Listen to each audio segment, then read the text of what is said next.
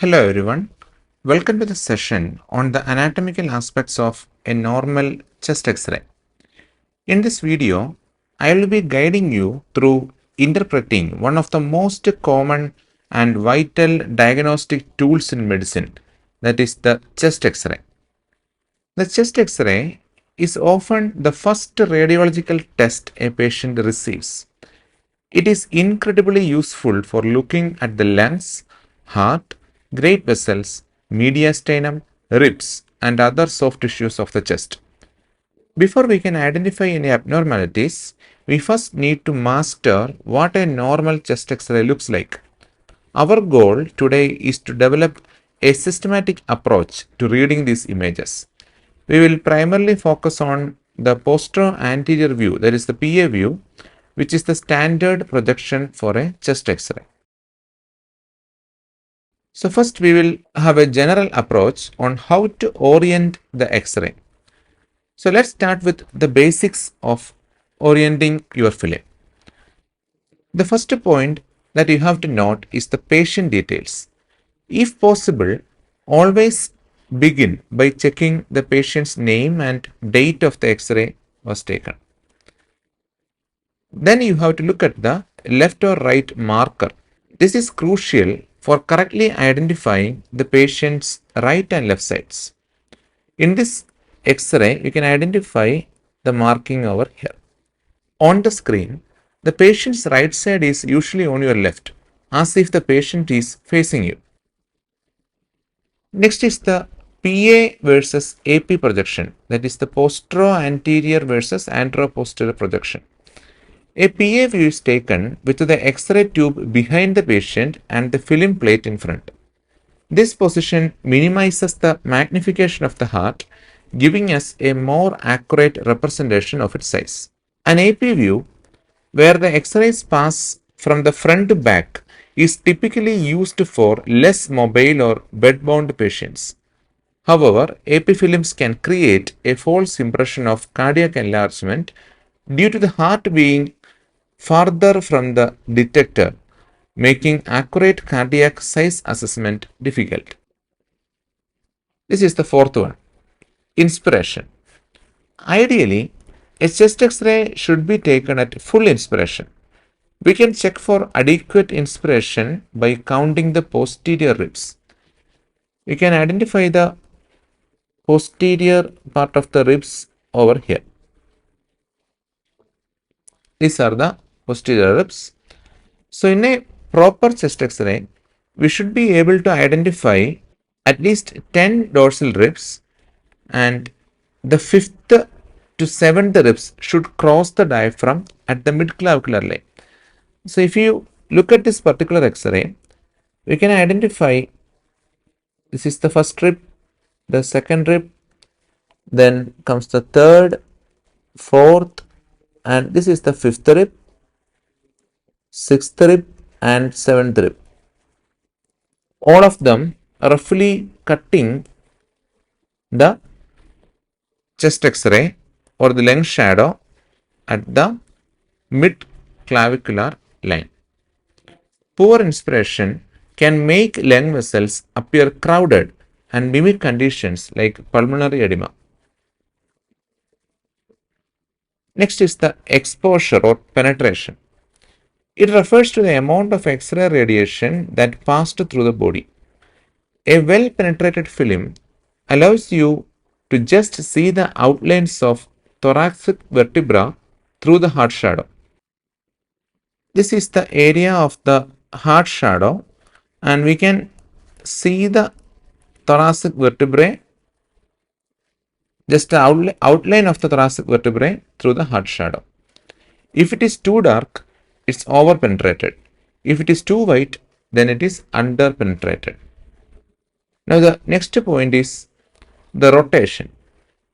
To check for rotation, compare the medial ends of the clavicles to the spinous process of the thoracic vertebrae. In a non-rotated film, the spinous process should be equidistant from the medial ends of both clavicles. This is the medial end of one particular clavicle, and This is the middle end of the left clavicle. We can identify the spinous process over here. So this distance to either side from the spinous process should be equal in a non-rotated X-ray. Rotation can distort the size and shape of the heart and the appearance of the lens. Now we will focus on the bony structures or bony framework of the chest. Bones appear white or radio-opaque because of their high calcium content, which absorbs X-rays effectively. First, we will look at the ribs. We have 12 pairs of ribs. We already traced some of the ribs. I will do it again. So this is the first rib, the second rib, the third rib, fourth rib, fifth rib, sixth rib, and the seventh rib. We can trace it like that. So this area will be the posteriormost aspect of the ribs. The area that we have already shown is the anterior aspect. You have to notice the posterior portions of these ribs are generally more opaque and appear more horizontal, while the anterior portions are thinner, less opaque, and angle downwards and medially. You can see that very clearly over here. They are all angulated downwards and medially. The costal cartilages, which connect the ribs to the sternum, are usually not visible unless they have calcified with the age, appearing as white densities. The next one, clavicles. We already identified these clavicles in the previous slide. They are very prominent bones. You can identify the left clavicle over here, and this is the outline of the right clavicle. They articulate with the sternum medially and the scapula laterally. Next one is the scapulae, the shoulder blades. We can identify the scapula in this diagram over here. This is the medial margin of the scapulae, right scapulae. This is the medial margin of left scapulae.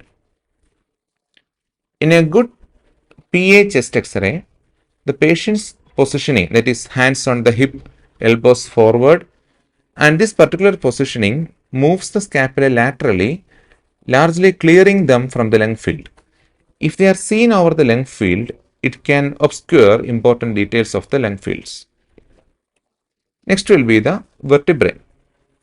We can identify the vertebrae over here.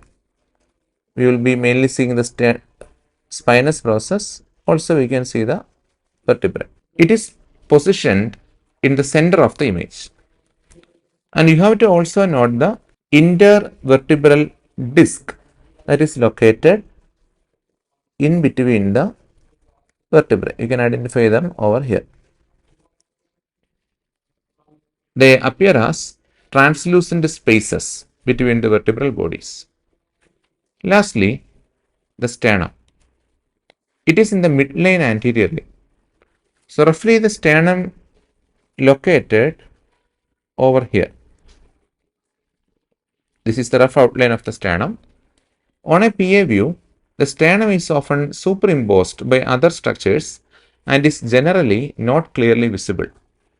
However, on a lateral view, it can be clearly identified. Now, we will see the soft tissues and diaphragm. First, you will look at the breast shadows. In female patient, you will often see soft tissue shadows of the breast overlying the lower lung field. You can identify the outline over there. These are symmetrical and can reduce the transparency of the lung field. Do not mistake them for lung pathology. If in doubt, you can review with a lateral view. Next one will be the hemidiaphragms. The diaphragm separates the chest from the abdomen. It is a muscular partition. This is the area of the right hemidiaphragm, and this line traces the left hemidiaphragm. You can connect them in the middle. The right hemidiaphragm is typically higher than the left due to the liver positioned just inferior to it. Below the left hemidiaphragm, you can often spot the fundic gas shadow or gastric air bubble, which is not that much clear in this diagram or image. This is roughly the position of the fundic gas shadow. It is a normal finding. Then you have to look at the costophrenic angles. These are sharp, acute angles formed laterally by the diaphragm and the chest wall. So you can identify the right costophrenic angle over here and the left costophrenic angle over here. Blending of these angles can indicate the presence of fluid in like a pleural effusion. Next will be the cardiophrenic angles. These are angles formed medially by the heart borders and the diaphragm. This is the right cardiophrenic angle and roughly this is the left cardiophrenic angle. Now we will see the mediastinal structures and the heart shadow. The mediastinum is the central compartment of the chest containing the heart, great vessels, trachea, esophagus and lymph nodes. First we will look at the trachea. In this image, in this X-ray, you can see the outline of trachea here. You can identify the outline over here. It appears as a central, comparatively translucent or dark air-filled tube. It typically bifurcates into right and left main bronchus at the level of carina. If you look carefully, you can identify roughly the positioning of carina over here. This is the carina. It may show a slight normal deviation to the right side at the level of aortic arch. Aortic arch is located over here. So at this region, the trachea may have a slight deviation to the right side. Now we will focus on the heart borders. First you look at the right heart border. The upper part or superiorly, the right heart border is formed by the superior vena cava and inferiorly it is formed by the right atrium. The left heart border, starting from the top, it is formed by this area. This is known as aortic knob or aortic knuckle, which is the positioning of arch of aorta. Then we have the area of main pulmonary artery, the pulmonary trunk, and a small part of the left atrium or its appendage over here. Finally, on the lowermost part, we have the large convex border of the left ventricle.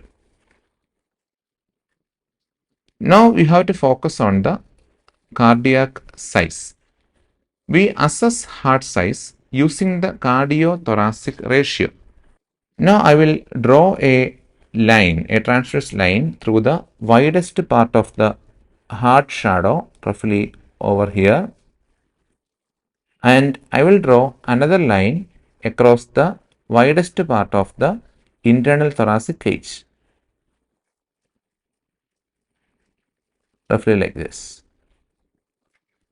The transverse diameter of the heart should be no more than 50 to 55% of the widest transverse diameter of the inner rib cage on an upright PA film. But you have to remember, this measurement is less reliable on AP films or anteroposterior films due to the magnification. And you have to look finally at the great vessels. We have already identified them. The large vessels, the aortic arch over here, the pulmonary trunk over here, are part of the mediastinal silhouette. Now we will move on to see the or we will focus on the lungs and their associated structures. First, you have to see the lung field. The lungs appear translucent. You can identify the area of lung tissue all over here. You can identify it. They are appearing translucent because they are filled with air. The vascular markings, which is visible in this area more clearly, you can identify that the vascular markings. They appear as fine white lines, represent the pulmonary arteries and veins. These markings should generally taper as they extend towards the periphery of the lungs. When they pass towards the periphery, these markings should taper. Next, we have to look at the lobes and fissures. The right lung has 3 lobes, upper, middle and lower, while the left lung has 2 lobes, upper and lower. The lingula is considered part of the left upper lobe. The fissures separate these lobes. The horizontal fissure on the right side, which divides the upper and middle lobes, is occasionally visible on a PA film as a thin white line. To identify the horizontal fissure on a chest X-ray, look for a thin, roughly horizontal line on the right lung, typically located around the level of anterior fourth rib or right hilum. So in this particular X-ray, we can look for the white line roughly over here. The oblique fissures, which separate the upper and lower lobes on both sides, are usually not seen on a PA view because the X-ray beam does not hit them tangentially. They are best visualized on the lateral views. Now we have to focus on the hilar shadows. We can see the hilar shadows, main shadows over these areas. These dense areas in the central part of the lungs are mainly composed of pulmonary arteries and veins, with some contribution from the bronchi and lymph nodes. A useful rule of thumb is that the left hilum is typically slightly higher than the right hilum in most normal individuals. The hilar points are anatomical landmark referring to the apparent intersection of the upper lobe pulmonary veins and lower pulmonary artery. Changes in their position can suggest lung volume loss. That's it.